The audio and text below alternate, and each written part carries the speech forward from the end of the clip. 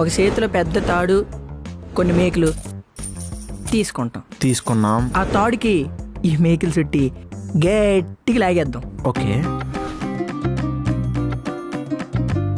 ఊపించాలి కానీ చెయ్యదులే.